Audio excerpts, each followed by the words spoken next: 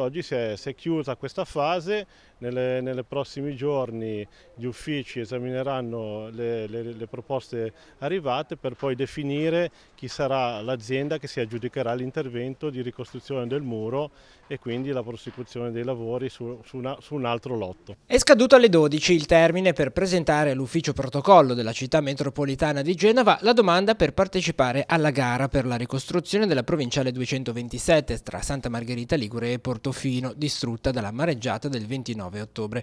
Si saprà soltanto lunedì quante sono state le aziende che hanno deciso di presentarsi per affrontare una sfida non facile, quale quella del ripristino completo della viabilità lungo la litoranea entro il 21 di aprile. Lo sforzo che stiamo facendo è importante perché conosciamo bene il valore del collegamento per Portofino che porta un indotto importante in termini economici di lavoro in tutto il comprensorio, in tutto il Golfo Paradiso, in tutto il Tigullio anche.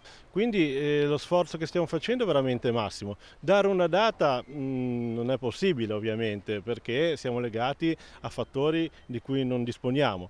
Certamente già oggi c'è la passerella, quindi la continuità con Portofino pedonale è garantita, ci sono le navette, bisogna che ci si attrezzi per gestire una fase che comunque è stata di emergenza, è stato un evento eccezionale, ognuno deve fare la propria parte, noi facciamo veramente il massimo. In questi giorni intanto non si sono fermati i lavori di preparazione dell'area di cantiere che verrà consegnata alla ditta a cui andrà l'appalto nelle prossime settimane. Molto è stato fatto a partire dalla messa in sicurezza del versante fortemente compromesso dalla furia delle onde.